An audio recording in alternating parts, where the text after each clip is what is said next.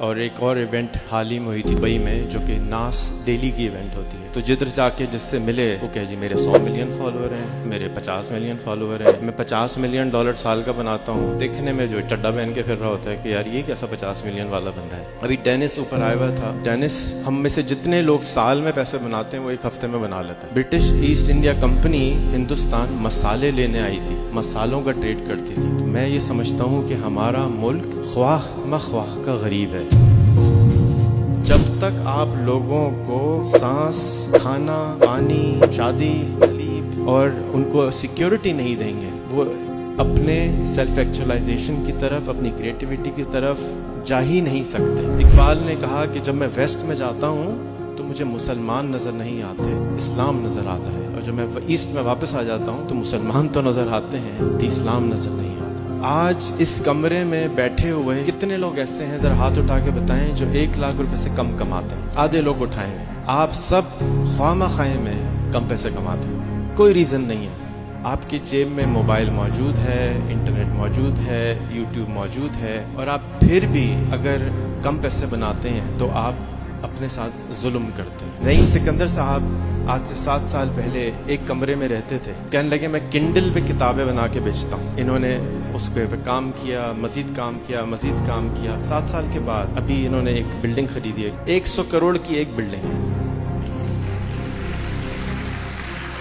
اس کو کسی نے انجیکشن نہیں لگایا، کسی نے آ کے اس کو زبردستی نہیں کری اس کے ساتھ. آپ کے ملک میں جو سب سے طاقتور چیز ہے نا، وہ آپ کی بھوک ہے، وہ آپ کی غربت ہے، وہ آپ کی خواہش ہے کہ آپ آگے جا سکتے ہیں. اور دوسری پاورفل چیز آپ کے موبائل فون ہے، جس نے دنیا کی تمام علم آپ کے ہاتھ میں لا کے دے دیا ہے. اب بھی آپ نہ بدلیں، اب بھی آپ غریب رہیں، تو ہم اس کو کیا کہیں گے؟ کیا کہیں گے؟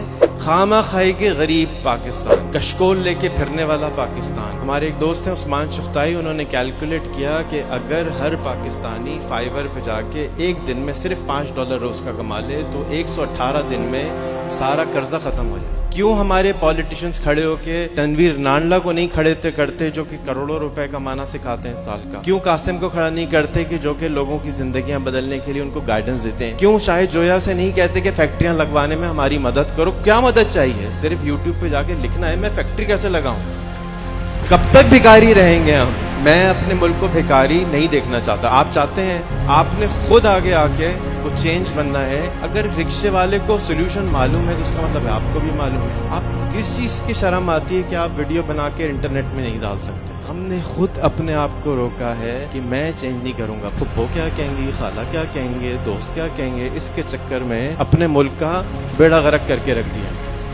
ایک بندے سے ملا، وہ ایک یوٹیوب کا چینل چلاتا ہے، $50 ملین ایئر بناتے ہیں. اس کی شکل سے بھی میں واقف نہیں تھا، کبھی میں نے اس کی شکل نہیں دیکھی تھی. آپ کو اگر شرم آتی ہے شکل دکھاتے ہوئے تو آپ ویڈیو میں شکل بھی نہ ڈالیں. آواز بھی شرم آتی ہے تو فائیور پہ جا کے $5 کی آواز خرید لیں. کانٹینٹ ریسرچ کر کے اس نے اچھا ڈالا. کس زبان میں؟ انگریزی میں. ایک اور ہیرو بیٹھے ہیں، یہ بندہ نہ اسکول گیا ہے، نہ کالج گیا ہے، نہ یونیورسٹی گیا ہے، سال میں 1 کروڑ روپے بنا لیتا ہے. آپ یونیورسٹی کے چکر سے باہر نہیں آ رہے. کیوں بنا لیتا ہے؟ اس کی آج انگریزی بولتا ہے، ترکش زبان بولتا ہے، ترکی میں گھر خرید کے بیٹھ گیا ہے، ساری دنیا گھومتا ہے، ساری دنیا کو گھماتا ہے. سبزی بیچتا تھا لاہور میں کچھ سال میں. تو آپ لوگ کس کا انتظار میں بیٹھے ہوئے ہیں؟ تو اب کیا ہوتا ہے کہ آج سے 1 ہفتے پہلے میں نے ایک ویڈیو دی لی، ایئر سیال نے میرے ساتھ بڑی زیادتی کر دی. وہ ویڈیو جو ہے وائرل ہو جاتی ہے، حالانکہ میں نے ان کی تعریف کی تھی. لیکن اگر میں آپ کی تعریف کر دوں کہ جی بڑے اچھے کام کرتے ہیں، قاسم صاحب جو ہیں وہ بڑا اچھا کام کرتے ہیں، کوئی ویڈیو نہیں دیکھے گا. ایک ذرا گڑبڑ فوٹو والی آ جائے پھر دیکھیں کہ کیا ہوتا ہے، پورے پاکستان کی خبر بن جاتی ہے. کیوں؟